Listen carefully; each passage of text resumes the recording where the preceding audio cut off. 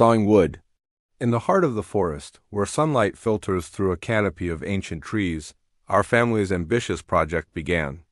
The dream was simple, yet profound: to build a home with our own hands, using the very timber that surrounded us. It wasn't just about constructing a shelter. It was about creating a legacy, a structure deeply rooted in the land and in our shared effort. The journey started with the selection of the trees, a process we approached with reverence, choosing mature pines and sturdy oaks that had stood for generations. Each tree was a monument to time, and we felt a responsibility to honor its life by giving it a new purpose within the walls of our future home. The air filled with the scent of pine and damp earth as my father, his hands calloused from years of work, made the first ceremonial cut. The sharp rhythmic sound of his axe echoed through the quiet woods, a declaration of our intent. We weren't just clearing a patch of land. We were carefully harvesting the materials for a dream. The initial phase was a testament to raw physical labor. My brother and I worked alongside our father, learning the age-old techniques of felling trees. We learned to read the lean of a trunk, to predict its fall with precision, and to work in harmony with the forces of nature. The crash of a falling giant was both awe-inspiring and humbling. It was a powerful reminder of the scale of our undertaking. Once felled, the logs were immense, heavy with moisture and life. Moving them from the forest floor to our makeshift milling site was a monumental task. We used chains, ropes, and a small, resilient tractor that groaned under the weight. Each log represented a future beam, a wall plank, or a piece of flooring. We saw not just wood, but the kitchen where we would share meals, the living room where stories would be told, and the bedrooms where future generations might sleep. The work was grueling, our muscles aching with a fatigue we had never known, but our spirits were high, fueled by a shared vision and the steady progress we made each day. Milling the logs was where the transformation truly began.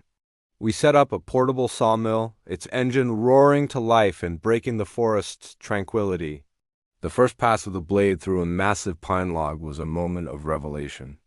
The rough, bark-covered exterior gave way to a clean, pale interior, releasing a fresh, resinous aroma that was intoxicating.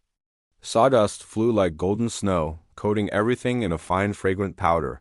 We worked methodically, cutting the logs into beams of varying thicknesses and planks for the walls and floors.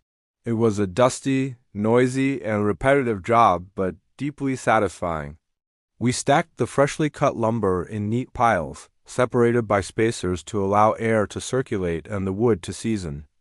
This drying process was crucial, a slow, patient waiting game that tested our resolve. For months, the stacks of wood stood as a monument to our labor, slowly shedding their moisture and stabilizing, preparing themselves to become the bones of our house. As the wood cured, the foundation was laid. We cleared and leveled the building site, a beautiful clearing with a view of a distant mountain ridge. We poured the concrete footings, a modern concession in our otherwise traditional build, ensuring the house would stand firm for a century or more. Then the framing began. This was the moment we had all been waiting for, when the two-dimensional plans on paper would rise into a three-dimensional reality. Lifting the first heavy, hand-hewn wall frame into place was a moment of pure triumph. It was a collective effort, a coordinated dance of muscle and balance. We shouted instructions, strained together, and finally, with a great heave, the wall stood upright against the sky. A cheer erupted from our small crew. We had raised the first part of our home. Day by day, the skeleton of the house took shape. The floor joists went in, followed by the subfloor, creating a solid platform to work on. The walls rose one by one, and soon the outline of rooms became visible. We could walk through the spaces that would become our lives, our footsteps echoing on the bare wood.